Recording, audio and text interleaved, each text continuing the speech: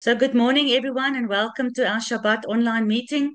We are discussing the Torah portion today that's very relevant to how we live our lives. And me and Tani Pietro have just discussed the depth and the mystery of the royal priesthood that both the New Testament, Peter says, we are the chosen nation, the royal priesthood. And the Old Testament, God says to Israel, you are the royal priesthood. And today we are discussing all these offerings. We are busy with the Pesach period, all the offerings of the Passover. And Petru has discovered how deep the understanding and how difficult the path is of representing that royal priesthood. So, Petru, please continue. I walk in the street and I don't look up. I just walk and do my own thing. And if I really look up, I can see the need of people around me. And that is one of the things, if you think of Aaron, his own two sons decided he's not good enough to be the high priest. They would rather go and do the things that he should do because they were criticizing him because he was just a normal man. And he had to become that priest that stood in for everybody. Everyone that brought in their problem, they bring their offering, they bring their neighbor, they stole something from their neighbor. Now they've got to come to him and he's got to sit down with them and eat with them so that he can stand in between their fight and get them to the point where they accept each other. Can we do that, or we always want to have our own opinion? But can Mm. we really listen to other people? And that was one of the things that I really realized. I've still got to go out, even if people don't think the same way as I do. I've got to go out and give them enough to be blessed. Mm.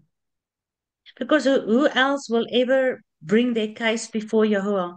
Who else will ever plead with Yahuwah to open the word for them and to speak to them and to show them the way, to be the Torah that is a light in your path so that you can know where to walk. People don't pray like that for each other. People pray when you listen to general prayers of people. It's very, wat is oppervlakkig. Um, it doesn't have a lot of depth. If you don't Yeah. understand the work of the priest and you go through all these offerings, you don't understand what a tremendous sacrifice and willingness it is to die in yourself, to be a priest that serve before God for other people. Because the priest is not there for himself.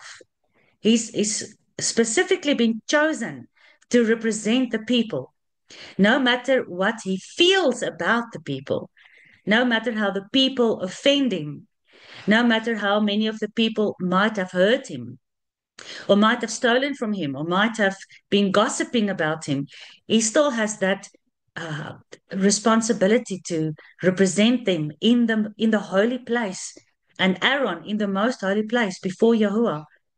How difficult is it for believers, for us, and for believers in the world to realize that nothing of yourself, that sinful, fallen nature, yourself, nothing of that can survive when you do the priest work, when you feel offended about, against someone, somebody did something against you. You can actually not even go into the secret place to pray. Part of the Torah portion today is Matthew 5, where Yeshua says, when you come to the temple to, bring your offering, even if it's a free will offering, just you want to just worship God, but you've got something against your brother. Yeshua says, leave your your intention to worship me, leave it and go fix with your brother first. I think the priestly work is the most difficult work. That's why there's only one perfect priest, and that is Yeshua. part of the Torah portion today. It's Hebrews 10, the perfect priest. But if we don't have an example, if our example was easy to reach, then some people can get to that goal of being like our example, and then you've reached the best you can be. There's nothing more for you to strive to. So our example, Aaron is not our example. He was just a man. He had so many problems. I mean, Aaron built the golden calf and he lied about it. He said he threw the gold into the fire and the golden calf just jumped out, So, but he's a representation of the real priest, which is Melchizedek, which is Yeshua, which is the perfect priest. How many of us, now that we are in the Passover period, and we see how Yeshua was treated by his own brothers, how he was betrayed by Judas, his own brother, his own disciple, whose feet he just washed. We see how he warned Peter, his favorite disciple. He warned him, "You're going to betray me." And Peter said, "Never, never will I betray you." And he ended up betraying him. So all those things that happened to Yeshua, this high priest that is supposed to carry on his chest the entire um, covenant people of God, which includes every tribe, nation, and tongue, who don't even know that sometime in their life they're going to turn back to God and become part of the covenant people. He had to represent everyone that was crucifying him, and all of those in the past, and all of those in the future, up to you and me today, representing all of us in the most holy place where his blood was put onto the mercy seat without feeling any offense. The Bible says he never opened his mouth. The moment we are offended, what do? We open our mouths. We want to fight back. We want to explain. We want to defend ourselves. Self-defense and offense is such a huge problem. And God, the Old and New Testament says we are all called to be a royal priesthood. It is the most difficult thing, Pietro. It's easier when you walk in your streets where you do your walking and you see all these people around you. It's just easier to put your head down and don't even look up, because when you look up, you feel that calling. God called all of us to be priests that is willing to bring these sacrifices, no matter what the people are and what they do to you. It's difficult to understand how Yeshua could say, "Love your enemy, pray for those who persecute you." You can only really get it right if you can take up the responsibility of a priest who can leave all those feelings behind at the altar. You cannot take that feelings with you into the most holy place to go and do the offering at the altar of incense, where your prayers are offered up. Yourself is burned up, and it is a acceptable aroma in the nostrils of Yahuwah. But when there's bitterness and hatred and offense and unforgiveness mixed in you, you cannot be burned as incense on the altar. You cannot do the royal priestly work. You cannot represent anyone else. And that is what we are called for. That is what Yeshua is trying to call us. Take up my yoke. Take up your cross. Take up your execution stake. Keep your mouth shut when you are led to the slaughter place. Passover is an amazing period.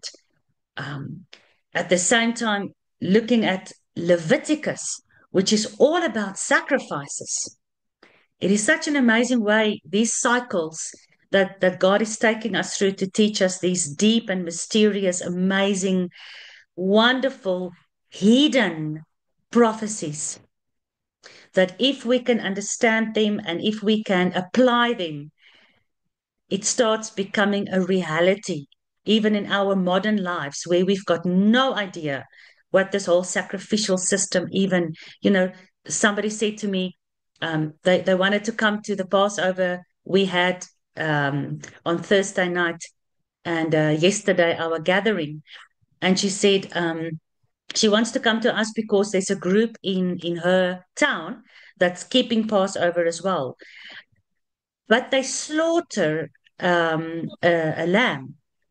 They actually, as a congregation, they slaughter the lamb together and they smear the blood on the doorpost, and it's all gory and it's blood and it's flies, and it is not nice to see that. And I said to her, we are not Levitical priests at all. We don't have a temple. There's nothing that says we must slaughter the lamb when we keep Passover.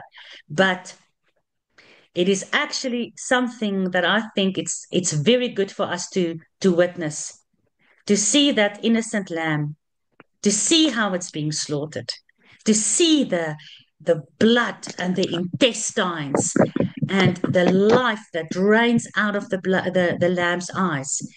We have no connection with what the offerings are. I said to Yahuwah, even with all our understanding we have of Passover, we still only understand 1% of what it really means because we have no idea. I think it's a very good idea that you actually go to a place where sheep are slaughtered just to try to get that connection of the blood and the sacrifice of a life and the significance of something that dies so that there is restoration. Today's Torah portion is all about restoration. Something has to die, and the blood must come out of that thing so that there can be restoration and atonement. And seeing how that thing dies, the lamb or the goat or the dove, whatever you could afford in those days, to see how it dies must spark something inside of us to learn how to die. Because I don't think we know how to do that. The priests had to die every time they had to do a priestly service in the tabernacle that represented one of these people that, like you said, Pietru, they had to sit with him. They had to listen to the sin and to the offense that was committed. They had to understand that person. They had to listen to a criminal. You have to have love and sympathy for that criminal when he repents so that you can bring that blood into the atonement system of God's tabernacle. It is the most difficult thing to do for a human being. And if we are not going to follow our high priest, Yeshua, in the way in which he did it, I don't think we will ever get it right. And if you get it right, if you die in everything that is about yourself, and it becomes for you about more than just yourself when you do this work, when it becomes about the soul of the camp, the soul of another human being, and it becomes important for you that that soul gets restored back to Father God.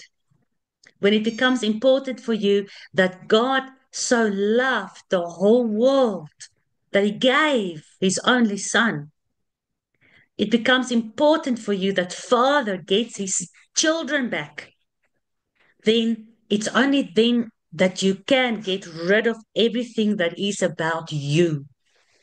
And you really become that beautiful servant that is called a royal priesthood that can bring that soul in before God because you want God and that soul to be restored again. And it's not even about you. I said in the beginning, if we look at the priests in the biblical times, they were the respected people. You know, the Pharisees and the Sadducees and the scribes and the priests that went to the tabernacle. Nobody could go in there. So it was a very respectable, high position. But in fact, if that priest does not die to himself, if that priest is not the most humble of everyone in the camp, he cannot even be a priest. That's why God killed Korah, because there was no humbleness, there was no willingness to die to himself so that he can represent God's people before God. And that's why he wasn't chosen. You have to be able to die. You have to be willing to die, to be a priest, to represent people before God. Peter, and I know that you can testify of that. Francis, you can testify of that.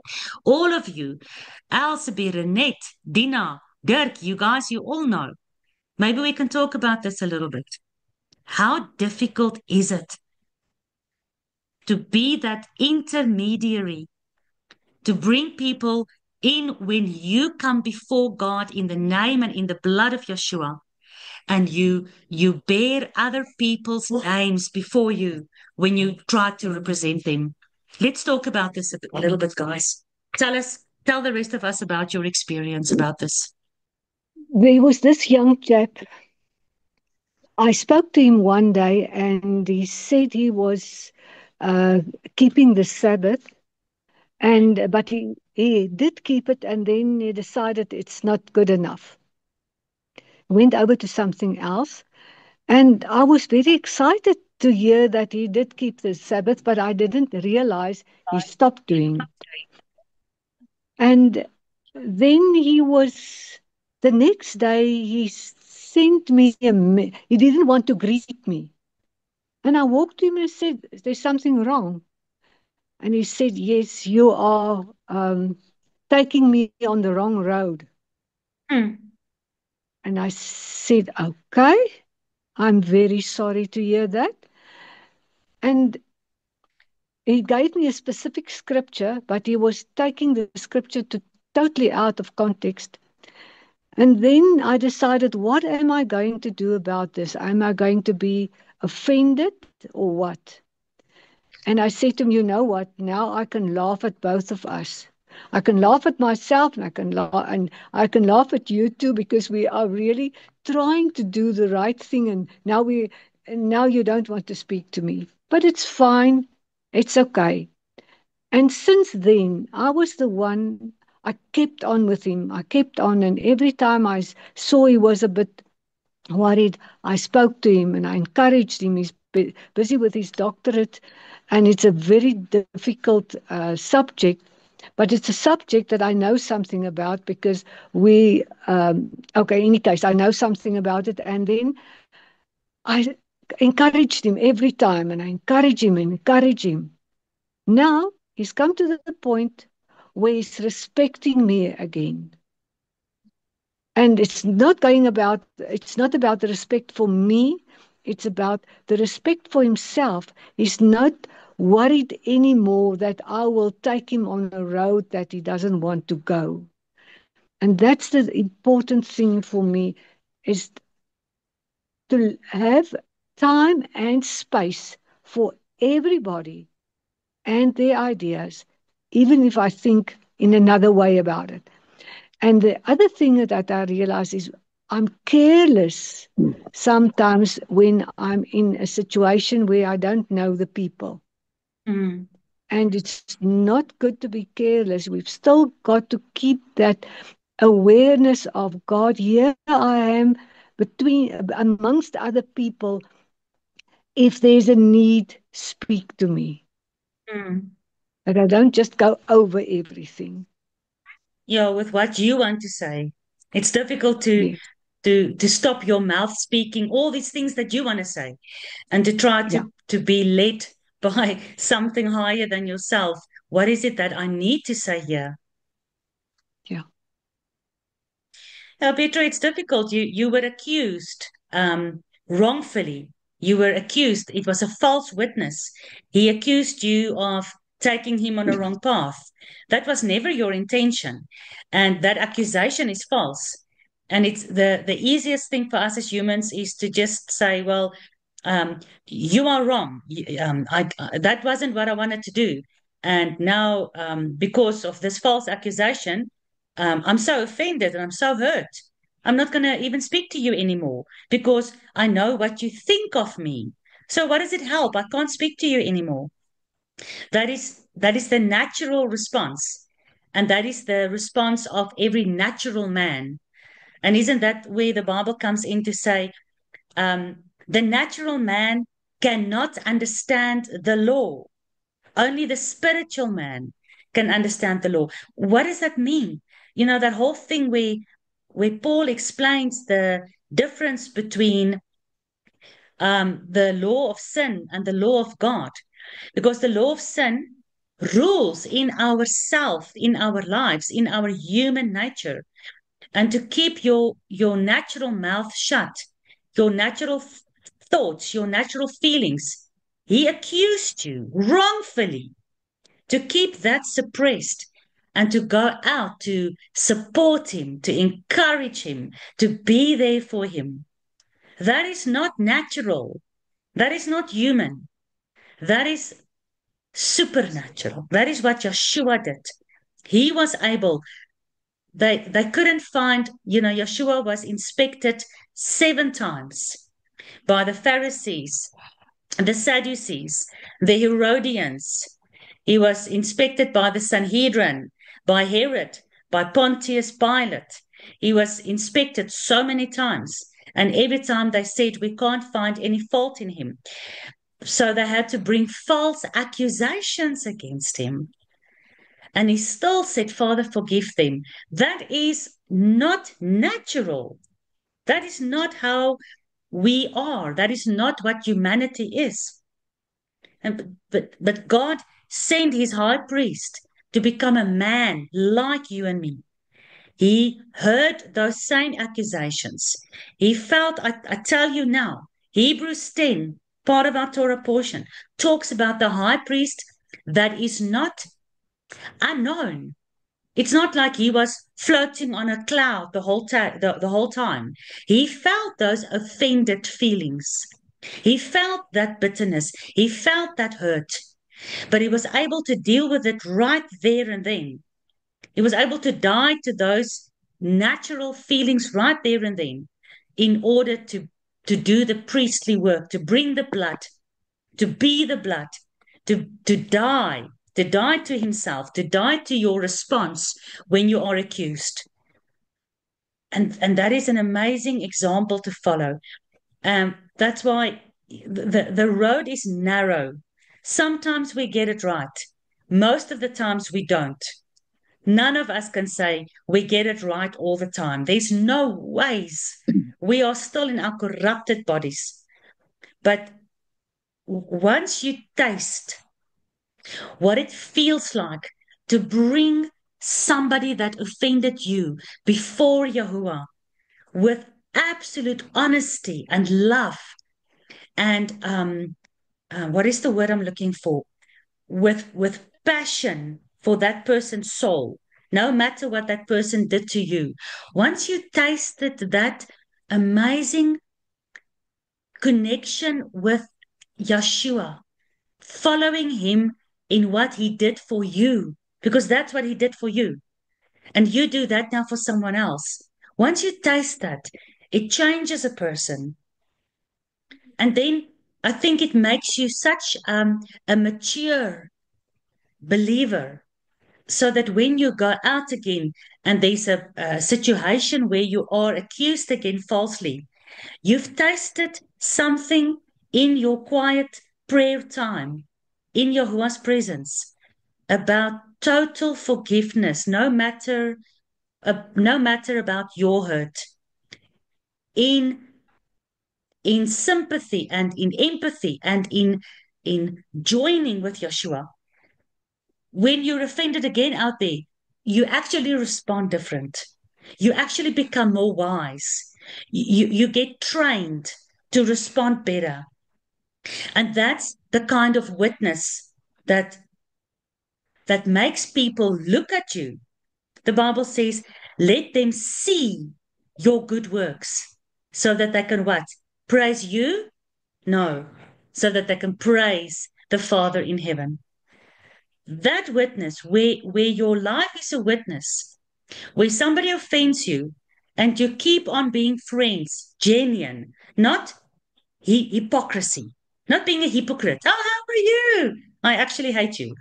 That's hypocrisy. But being a real friend, encouraging him, loving him, no matter what, that is a more powerful witness than anything you can ever say. Any Bible verse, any prayer, anything you can ever do. That is a powerful witness. And I think that is the witness we are called for. We're starting our Torah portion starts today with Leviticus 1 verse 1. What is Leviticus in Hebrew? Vayikra. It means, and God called. Kara is to call. Kahal is the called out ones. Kahal is church. Vayikra, and he called. Leviticus is all about blood, sacrifice, death, priests. And you need to understand that so that you can understand atonement, restoration, and peace that surpasses all understanding. The peace of a mature man and woman that can be offended, that can be falsely accused, that can be gossiped about, that can be treated unfairly, and yet that person can go before his God, forgive all those people, and beg for those people's souls before God. There is a, a peace and a maturity and a wisdom in those people that the world can never understand. But like the priest that goes in to the tabernacle to go and do that work, when he comes out, he smells. He smells like the incense at the altar. And he goes out and he spreads that smell in the camp. And the people that was nasty or sinful against the priest, they see him. He's been changed by his experience inside the tabernacle with God. He smells so good. He speaks so beautifully. He doesn't retaliate. He doesn't get angry. He doesn't look for revenge. And suddenly those people, like the Bible says, burning coals gets heaped on their head when they smell that beautiful smell and they see the witness. They see how that priest lives, how he handles himself in the camp. And that is a witness for that person that offended. And when people are in trouble, who do they go to? They'll go to that person because they can see the peace that surpasses understanding. That they experience the forgiveness and the love of God through that person because that person was able to die to himself and smell like Yeshua out there in the world. That is the most difficult job of all the jobs in the tabernacle. But I think it is the most rewarding. Father says, Yeshua says, at the end, Yeshua will say, well done, good and faithful servant. If a priest is not a servant, then he's not a priest. Then he's someone like Korah, and he will be destroyed. But a real priest is a servant, even to those who offend him. You are serving that person by bringing that person's name on your lips before God without any feelings of justification for yourself. And Tannie Petra, I know you get that right many times. Thelma, go ahead. Good morning, everybody. Yes, I would just like to share the salon that I'm working in at the moment. You know, the beauty industry is a different type of setup. And I'm the oldest person there. The people do respect me. In the beginning, they were like, as if they didn't trust me. But I just kept quiet and I see all the mistakes they make that I made when I was with their age. And I see the pain that they put themselves through because they don't know, and it's because they don't read their Bibles. But I also see they don't have a teachable spirit at this Mm, moment. So I mm. cannot say anything. I Doesn't must help. just be quiet and be set the example. And Sure. after January, February, March, we are in April now. The owner, she's like really, really cheeky, pretty Polly. She does not hold back to say what she wants to say. And I just I just kept quiet because I pay my rent and I'm not part of them. I go into my place and I have my Bible in my room, and when I'm not having clients, I read my Bible. But anyway, and then last week she said for the first time, "You know what, Tani? You're the only one who's not giving me problems." And I said, you know what? I don't have the intention of giving anybody problems. I do my own thing. I serve who I want, my God that I serve, and I just want to be here to make a change in my clients' lives. Um, and yeah, it's as if they are slowly but slowly starting to open a little bit up to me, because they are mothers, but they go to nightclubs and they party and they drink and they vape and they do everything. And I dare not say anything because they will just be offended and they will not, it's not gonna be for their good. All I can do is keep quiet, set the example, and pray, and testify from time Mm, to time. Like I said mm. to them on Thursday, you know what? I smoked and I was drinking a lot when I was your age. And I really, I lived the life you all live. They said, just like us now, Tanya. And I said, yes. But then I say, thank God he came to fetch me every time um, from my situation. And I said to them, if I look back, I should have been dead by the way I Mm, was living. mm, Uh, but I'm grateful to know that He always came to fetch me again. mm, And I said to them, you must be aware that He will fetch you. mm. So yeah, that's it. It's a very um, colorful situation that I'm in. And the Yeshua says, how many times you guys must count? How many times have Yeshua said, endure to the end?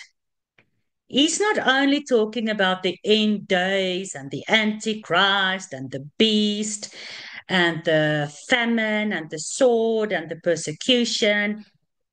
The endurance on this level, going into your workplace, Yolanda will know about this, day after day after day, not saying anything because, like you said, it's like speaking to a wall. They've got such an arrogance around them. Whatever you say will just offend them, and it will build a wall between you and them. You don't want to build a wall because the moment they need you, you want them to run to you. You continue smelling like that beautiful incense. Just smell that like that. And when a death smell becomes too much for them, they're going to run to you. And then your Bible is right there in your workplace, where you work. They're going to run to you and say, Tani, what must I do about this and this? And then it's like in our Torah portion, the people that offense come to the priest. The priest doesn't go out into the camp and say, "Oh, I see you are sinning. You must repent. Come to the tabernacle. Bring your sacrifice. Come and repent." No. Did the priests do that? The priests were working. They work. They did their job day after day. They smelled in the camp. They spread the smell in the camp. And when people offended and people sinned and people hurt each other, they went to that priest. Please help us. And then that priest must have no um, bitterness inside of him. Yeah, now you want my help, but you've been so arrogant to me all the time. That's why it's important. Every time you're offended, every time somebody hurts you, every time that pretty poppy hurts you or says something bad, you actually have to go before the throne of God. You actually have to, at the altar, you have to repent of your hurt, repent of your bitterness, repent of your offendedness, so that you can pray for her before God. So by the time she actually does come to you, you've got no bitterness left in your heart. And when she comes, she says, "Tannie, sorry, I've been very arrogant with you. Maybe you don't want to speak to me." And she looks into your eyes, and all she sees is love. She doesn't see a single drop of what is the word I'm looking for? I'll tell you now. Grudge. There's no grudge left in your eyes against her. She'll open up. She'll want what you have. Everybody in the world wants that. But if you walk around trying to witness with your mouth to them, then they feel judged. Then they're not going to run to you. But you just smell that priestly smell. You smell like that. And when the time is right, if you mixed your sacrifices with salt, your tears, and the ground is prepared, when the time is right, that person will come to you. And then you can take that person in, start teaching them this journey to also be restored with Yahuwah. What a beautiful witness that is. What a beautiful endurance. Think about that, all of you. I know you're all going through that. When you endure under people's tongues and they lash you with their tongues, your husband, your wife, your children, your family, your friends, your neighbors, your work colleagues, your ex-church members, I don't know, the world government, everyone who's lashing you with their tongues. Think about Yeshua, who said, endure that. Endure to the end. And he will say, well done, good and faithful servant. He will lift you up and he will exalt you. But in this world, when we are exalted, we are not doing a priestly work. We need to be a servant. Your hand is up. I don't know who you are. Sorry, it just says PR. Please continue. Good morning, Mara. Good morning, everyone. Oh, Pamela. It's Hi. Pam. Sorry, I forgot to type in my name. Mara, when you were speaking about that scripture that says about the spirit man, it's the one that will understand the law. This verse in Leviticus 1, verse 5, that had me boggled. But a while back, maybe years back, you mentioned something about the Hebrew wedding. And when the husband and the wife goes into the tent and they yada and they become husband and wife, then is it the man that comes out of the tent and shows the spots of blood on the sheet for being a virgin? Yeah, as far as I right? remember, it's the husband. It's the man that shows my wife was pure and we are now one. Here's the blood of the covenant. We are now in covenant. Oh, shame, guys. We've lost Pam. But let's look at the verse that she talked about. She'll probably come back now. If we look at that verse, she said it was Leviticus 1, verse 5. No. Leviticus 1, verse 5. And he shall kill the bullock before Yahuwah, and the priest, Aaron's sons, shall bring the blood and sprinkle the blood round about upon the altar that is by the door of the tabernacle of the congregation. She's bringing this in connection with the marriage covenant, where the blood of the wife, if she was a virgin on the wedding night, it's also sprinkled on this piece of cloth that would be the witness to the entire congregation that has gathered together for this wedding feast. And when the bridegroom and the bride goes into the wedding chamber, the party actually continues outside. The people still continue to have a wedding feast. And when the bridegroom brings the witness of the blood of the covenant between him and his wife out into the congregation, then that is the confirmation, that is the establishment of this eternal covenant. And I see Pam brings this into connection with the blood of the bullock, of the sacrifice that is sprinkled round the altar. The altar is almost like this place where the blood is drawn out. It must be spilled here. So that piece of cloth can be like the altar, and it is spilled there by the door of the tabernacle. And the Bible says it's like a bridegroom that takes his bride into the tabernacle. It says the son is like a bridegroom that goes into the tabernacle, and it's the tabernacle of the congregation. What is the congregation? The church. Who represents the church? The bride, the virgin woman. So it's a beautiful connection. Pam, I see you back. Let's see if we can hear you. Yes. Complete this that you started. This is a beautiful connection. Yes, sorry, Mother, I lost signal here, or actually my phone lost signal. Yes, what I wanted to say is, I don't know what you said now because I was not connected, but yeah, that is that spoke to me, the sprinkles of the blood that the priest, that Aaron's sons had to sprinkle. That reminded me of the sheet that's got a little bit of blood on, and it had to be done by the door. So I think there's a connection between where it had to be done, taking it to the door, because Yeshua says he's the door. So once you come to the door and you are sprinkled, or like with the Passover now, the blood, then the love for him is, I mean, you can't turn back because you love him. And then you can yada and understand his law and his word and his instructions. That is what it made me think of. Well, we'll take it further, Pam. It's amazing, this connection.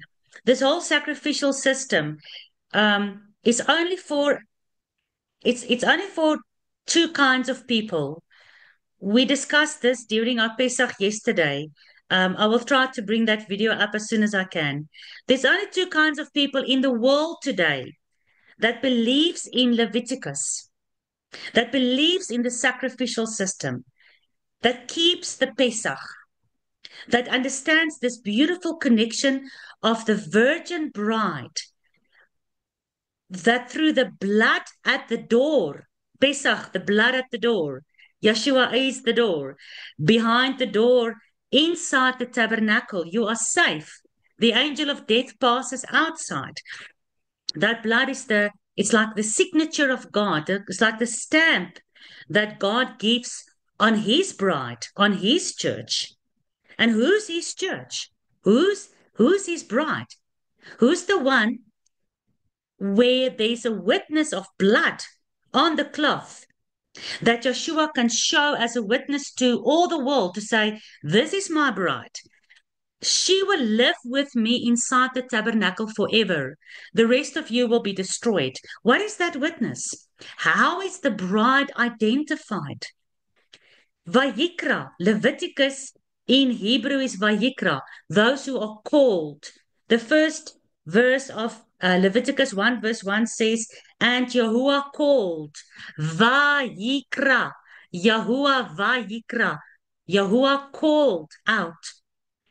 The bride is called. She's the church. There's two kinds of people in the world today that Shema, that listens to the Vayikra, to the call. Who are those two kinds of people in the world today? There are hundreds of religions and groups of people, but there are only two of those groups of people that actually will do the effort of not only studying Leviticus, but bringing it in connection with Passover today in our modern lifetime, bringing it into connection with our own marriages, and then bringing it in connection with the eternal marriage with the Creator. Who are those two kinds of people? That is called, that is identified as this woman. It's the Jews and Israel. It's the Jews, and it is the returning lost sheep of the house of Israel, which is you and me, ex-Christians, because Christians don't believe in this. Christians believe in Easter. They don't believe in Pesach. So ex-Christians, ex-pagans in every tribe, nation, and tongue that are turning back to the covenant of God because Yeshua drank the bitter cup. So it's what do we call ourselves? Let's just say Messianics. It's just the easiest identification. Messianics, people who believe in the Messiah of Moses, the Messiah that Moses prophesied about, and who keeps the Torah. And the only other group of people are the Jews. So it's the Jews and it is the repented Gentiles that are not doing exactly everything that the Jews are doing. We don't do the whole Seder meal, but we do what the Jews did in the time of Moses: bitter herbs, the lamb, and the unleavened bread. So these two groups of people in the entire world are the only people that can understand this beautiful connection of the heavenly marriage. And the only way you can understand the heavenly marriage is if you understand the blood. And the only way you can understand the blood is if you are shemaing the call. And if you shema the call, you read the book whose name is Call. That is Leviticus. And if we look at the Torah portion today, I mean, Leviticus 1 up to Leviticus 6, we've got no time left. But you guys need to read this Torah portion again. Leviticus 1 to 6 is all about all these kinds of offerings. And then at the end of the Torah portion, verse 7, it talks about all the sin and all the transgressions and how these offerings can atone for it. And then at the end, this Torah portion ends. Thanks, Francis, the Messianic believer. That's how we identify. At the end of the Torah portion, verse 7 of Leviticus 6, it says, the priest, you can make a list, all these offenses and all these sacrifices. And then it says, the priest will make atonement. And you look at the rest of the Torah portion, Isaiah 43 and 44. God says in Isaiah 43, let's just quickly make sure that you remember the Torah portions. It is Leviticus 1 to Leviticus 6, Isaiah 43 to Isaiah 44, Matthew 5, and Hebrews 10, right? So now you compare Leviticus to Isaiah, and God is complaining. We just saw all the beautiful offerings and sacrifices and gifts that Leviticus is talking about. And now God says in Isaiah 43, just listen, you don't have to go look for the verses. When you do this whole Torah study again, you bring these connections together. You did not do any of this for me. You don't bring me all these offerings and these sacrifices. I formed you for myself. But you say you are tired. It is too much effort. to bring all these sacrifices and all these offerings. And you know, guys, that we are not talking about the physical, but the physical teaches us the spiritual. For them, it was too much effort, all these sacrifices and all these holy days and all this and all that. It's too much. You get weary. You say, you don't call upon me anymore, Jacob, because you are tired of me. But then God says, put me in remembrance. Remember who I am. Don't get tired of all these beautiful sacrifices because it shows your commitment to me. God says, hear me, O Jacob. I made you. I formed you. I want to pour my water out upon you. I want to pour my spirit upon you. And then you'll bring these sacrifices with a willing heart. And then I can use you as a priest so that you can bring atonement. You can help in this spreading of the good news, the spreading of the gospel, that there is atonement for sinners and more of the lost sheep can come back into the covenant, and Yeshua can have the blood of the covenant as the bridegroom, as the witness on the day of the wedding, and he can show the blood because we understand what it meant. We partook in the blood. We drank his blood. We ate his body. We understand these things because if we're not willing to do that, there's no ways that the blood can be a witness for our betrothal to him. That's why the rest of the Torah portion in Matthew 5, Yeshua says, if something keeps you from bringing these sacrifices, we saw Leviticus 6, we saw the sacrifices. We saw Isaiah 44. We are tired of bringing these sacrifices. It's too much effort. Why? Yeshua says in Matthew 5, if you bring your gift to the altar, but you remember that your brother has something against you, then you have to go fix that. Fix it with your brother. Go fix it on your knees before God. Otherwise, you cannot bring these sacrifices. Then you are not in this blood covenant. So no wonder the people in Isaiah's time said, it's too much effort. Why is it too much effort? Because I don't want to forgive my brother. He offended me, and I must forgive him. It's too much effort. I can't do it. So then I rather leave it. I'm tired of it. I don't want to do it. So then I rather just leave it. So the Torah portion is speaking extremely relevant things to us in our modern lifetime, which is so far away from the blood and the fire and the intestines and the dead animals. We've got no connection with that because we've learned in church that's all Old Testament. No, it is more New Testament than anything else because without understanding the sacrificial priestly system, you have no clue what it is to do royal priestly work. You have no clue what Yeshua did.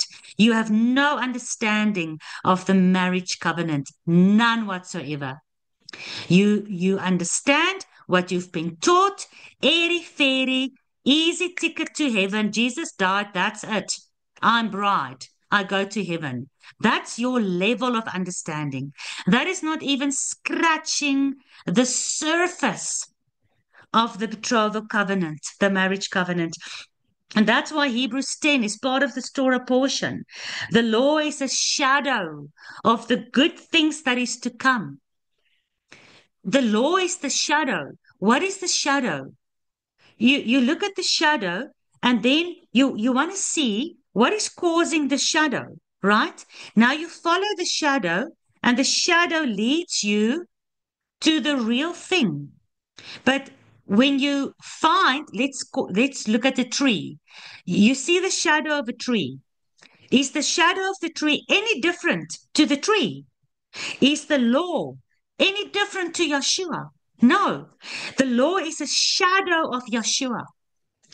So Yeshua is the law. That's casting the shadow. So we follow the law, we follow the shadow. We find Yeshua, the law that became flesh. The blood of the law we see on Yeshua. And now we see it in ourselves when we die to ourselves, when we give ourselves as a living sacrifice, like he did. So we have to become the law as well, because the law is the covenant, the law is the betrothal, the law is the marriage covenant that the bridegroom writes. That law, that covenant is sealed on the wedding night by the blood of the virgin bride that is sprinkled at the door of the house where she's going to live, the tabernacle, where she's going to live with her husband. And that blood is a witness. By the blood of the Lamb and the words of our witness, we overcome the enemy. Hebrews 10 is all about how the blood all throughout the sacrificial Leviticus system never took away the sin, but it covered the sin. Yom Kippur means covering. It covered the sin. And all the sin of the entire 6,000 years that is covered by blood is taken away by Yeshua. No matter whether it's past, present, or future, there's one taking away. When is that going to happen? It actually happens on the last day. God says, when even sin and death is cast into his Gehenna fire. So all the sin that has been covered by the blood legally can be taken away, burnt on the altar when the earth is burnt up, and God creates a new heaven and a new earth. God creates this new tabernacle where him and his bride, his wife, is going to live forever. This beautiful understanding that of this, all of this, Hebrews says, the Ruach HaKodesh is witness. This is the covenant, Hebrews says, that I will make with them after all these days from Leviticus, all the way through, enduring all the way to the end, like Thelma, like you said. This is my covenant. This is the cloth, Pamela, on which the blood will write the witness. I will put my law. The only way that we can do the law, the only way that we can understand forgiveness is through the blood. And because the blood covers our breaking of the law, the blood is the witness of the law. This is the covenant I'll make with them. I'll put my law onto their hearts. The blood is on that beautiful white piece of linen cloth. And that is put into, on the day of judgment, it's put into the evidence as witness. I'll write my law on their hearts, and I'll put my law into their minds. People's minds are so clouded. What did you say, Thelma? They've got such an unteachable spirit, because the law for them is like the gory dead animals and all the blood of the altar. It's disgusting. Jesus died on the cross for me. There was blood, but that's beautiful blood. But the blood of the Lamb, of Leviticals, no, that's disgusting. Their minds. That's why God says in Romans 12, do not conform to all these people in this world, but be transformed by the renewal of your mind. How do you get your mind renewed? I don't know. God says, my Torah I'll put into your minds. Because if you understand my Torah, and my Torah comes into your heart, and you want to have this yada with me, then I can cleanse you of all your sins. I'll remember your iniquities no more. You are a whore, and I cleanse you, and you become a virgin. supernaturally. And I look at this beautiful white piece of linen cloth with the drops of blood on it. And it is a witness that your sins are forgiven. And that this law that I put into your minds, that I write on your heart, and you love me with all your heart, all your mind, all your strength. My law's written on your mind. My law's written on your hand. You are transformed by this tabernacle journey, by this experience of seeing the blood, seeing the death, looking at the sacrifices. I love watching old Bible movies. I love watching The Covenant, the movie where they brought the lamb into their house on the 10th of Aviv. For 4 days, they loved this little lamb. And on the 14th of Aviv, they cut his throat. To see, to understand the personal message. Yeshua, the innocent lamb, cut for you. And you disregard his law. God says the law is the covenant. Yes, it's a shadow, because actually the law has become flesh, and that fleshly body casts the shadow so that we have something to walk in, to reach him. That's why the Torah is a light to my path. It shows me which way to find the actual figure that's casting the shadow. And once I find this figure, I join my shadow together with his shadow. When I reach Yeshua, my shadow is not different to his shadow, because there's one sun shining on both of us, casting the same shadow. My shadow and his shadow must be the same. So if the law is the shadow, my life must be in the law. I cannot have a different law.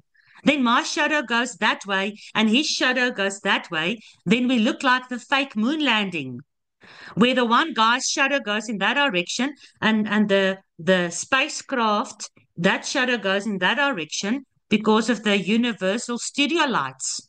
Not because there's one sun. There's one sun, there's shadows in the same direction, not different directions. So the Torah portion is amazing. We don't have time now. Time is done. But Leviticus, Vayikra called. Isaiah, you are tired to hear my voice. Matthew 5, you want to do this service? You need to be the kind of priest that can cut off all your own offendedness and really forgive the other people so that you can represent them before God. And now Hebrews 10, there was one priest that gave us such an amazing example for us to follow. And we are not there yet, but we are in his shadow. If I'm in Yeshua's shadow, where am I? Maybe like the woman that had 12 years of blood flow. I'm crawling on the floor. I'm grabbing onto his tzitzit, and his shadow is falling on me. It makes me think, when Peter, remember in the book of Acts, even when Peter was walking past people and his shadow fell on people, they got healed. Doesn't make Peter some kind of a saint or a thing, but he died to himself. Yeshua filled Peter up so much that Peter didn't even want to be crucified in the same way as Yeshua. Do it to me, onderste bo, the other way around. Such a person can be a witness for God. Let's endure all this rubbish that is coming to us on a daily basis. Endure, Yeshua says, so that I can work through you and you can be such a priest that will spread the smell of this witness into the world. Pamela, please go ahead. Yes, Mara, I wanted to say, it made me think of Rebecca drawing up all the buckets of water for the camels, with her back hurting and sweating and her hands bleeding, with the rope drawing up that heavy buckets of water, dying to herself. And even it also made me think about Abram that sent Eliezer. And the word that hit me was the part that said that he sends Eliezer to find a bride for Isaac. But if she doesn't want to, or if she's not willing, leave her. That hit me. That's hard words. It's hard. Tell me, Pam, did Rebecca know that she was going to get married to an amazing, rich guy, a wonderful man, a man that was willing to die on the altar when Abraham wanted to sacrifice him? Did she know that she was going to be asked to marry this man when she was willing to do that work? No, she didn't know. She She didn't didn't know even at know all. yet. Yes. She didn't even know yet. So and that's the thing, when we do something for reward, then it doesn't come out of our heart, and then it's not actually acceptable. Now that's amazing. To do the work just because the camels are thirsty. To do it for the camels, not for your reward. Oh, that's beautiful. Pam, guys, thank you very much. It was a short session. A lot of you joined. Some of you joined a little bit late. We really discussed very deep, very what is the right word? Very emotional things. And the more we serve Yahuwah in this last part of Earth's history, the more we will start experiencing what it is that we discussed today. This priestly service that is the most difficult service. Some of you might have experienced a lot of what we discussed today already, but some other people might not have, not yet, because maybe you have not yet been willing to take the responsibility of the priestly service onto your own shoulders. And if you're ready to do that, it means you have to die first to everything that is about you at the altar. And that means you have to understand the altar and the priestly service and the sacrifices. If you want to do that, you don't understand all of that, guys, let me know. Let me start sending you some links to Bible studies we have done before that will help you on this journey. Because Peter says, and I can't remember where in the Old Testament it is, we are all called a royal priesthood. Each and every one of us. And whether you do that priestly service for one person or for 1,000 people, it is priestly service. You don't have to do it for 1,000 people. If you do it for one, you are in that priestly service, and that is the best way to identify with Messiah Yeshua, to really understand a little bit, just a little bit, of what Pesach really means, what the blood really means. So guys, I thank you. We had a lot of people here on Thursday and on Friday, and I really want to put those videos up. We had lovely experience. My husband actually, after we ate the bitter herbs, the unleavened bread and the lamb, my husband led us in the dark on an unknown road into the wilderness. We've got a forest here on the farm. He led us with our clothes. We dressed up like Moses and those days, and we walked down this unknown path into the wilderness, just like Israel did on that Pesach night.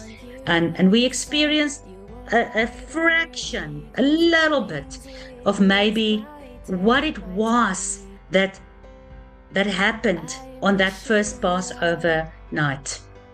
And that's why I say it might be a good idea for us who is really serious about all of this to maybe go and watch a slaughtering of an animal, to start identifying, to bring all of this that we are learning, all of this that we are understanding of Passover, to bring it into reality, to let the penny drop when you see how an animal dies. and how the blood comes out. To do something like walk in the dark on an unknown road into the wilderness, to not only have it in your mind, the law's written here, but it's written on your hand as well. To try to do, that's why the feast days has got a lot of traditions and actions. That's part of it, to help you experience that not only on intellectual level, but also on a physical identifying level for you and your house. So we had a lovely time with Passover, and I hope you had too. And if you're still going to have it on a different date, I hope you've got a wonderful Passover time. All right, guys, thank you very much for your time this morning. And I will see all of you next Shabbat. If there's anyone of you that wants to add something or say something, now is the time. You're welcome. Thank you, Mada. It's a pleasure, Pam. Dirk? Hi guys, yeah, sorry we joined a bit late, and Shabbat Shalom and Chag Sameach Pesach. I just wanted to say about the slaughtering. I don't know who had the bad experience, and for those of us who are farmers or have come from farmer families where we have witnessed slaughtering, it can be done in different ways. I've tried very hard now to remember the terminology, but both Adam from Parable of the Vineyard and Nathan Reynolds, they somewhere share on the slaughtering of the lamb at Pesach, where they have actually done things like that, where they physically slaughter to have that experience, and all of them come back with amazing revelation and testimony of how it speaks to the heart of what really happened at Pesach. But I just wanted to mention that there's this specific way of slaughtering that they refer to. I've forgotten what it is now. Almost in a way a biblical kadosh way of slaughtering. I've just forgotten what the terminology is. So it's not just cutting an animal apart. That's actually what I wanted to say. It's actually a very special and sobering occasion when you go through that. It's all that. Maybe someone in the chat knows what I'm talking about and can add to that. Thank you. I don't think you can remain the same after you physically slaughtered a lamb on Passover. And with that, I'm not saying that we must all slaughter lambs on Passover. I'm just saying maybe I don't have a problem if ever we feel like we want to do it, but then you do it together, not because you're a priest. Listen, the lamb has to be slaughtered anyway. So whether you buy it from the butcher, he's slaughtering it anyway.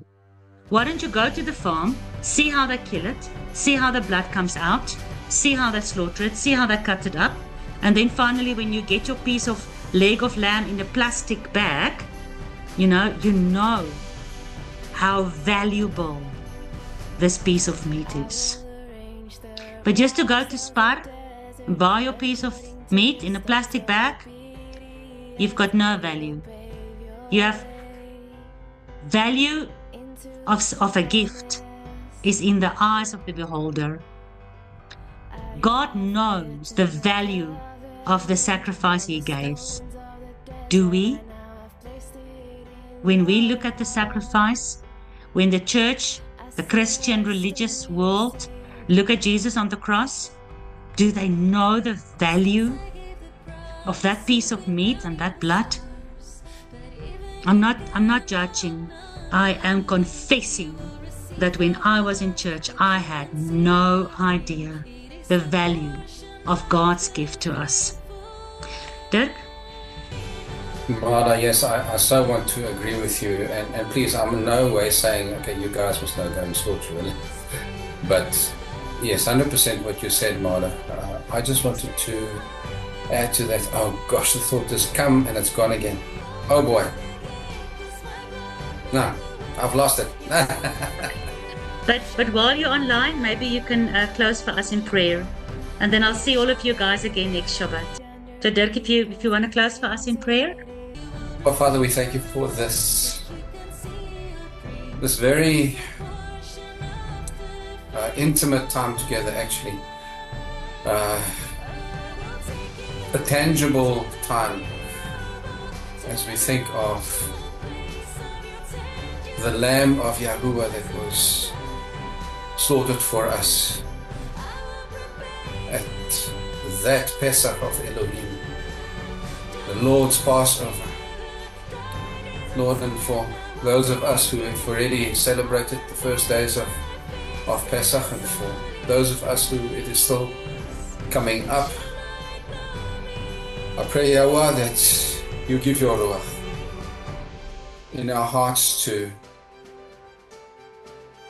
make us experience in the spirit man everything that happened at that first Pesach and the redemption that you brought us by your precious blood spilt, that we can be brought into your presence, and that you, Yahusha, our precious high priest, and our Malach Tzedek, our righteous king, you actually can, through your own blood, bring us into the throne room before Father, to ever make intercession for us.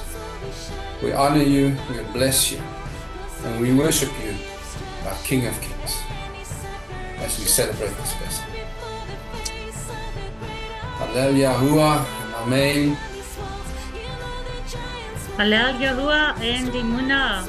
Thank you very much, Dirk. Thank you, guys. Emunah, Francis. All of you, Shabbat Shalom. Have a good weekend, and I will see you guys again next Shabbat. Thank you, Shabbat Shalom. Shabbat Shalom. Shabbat Shalom.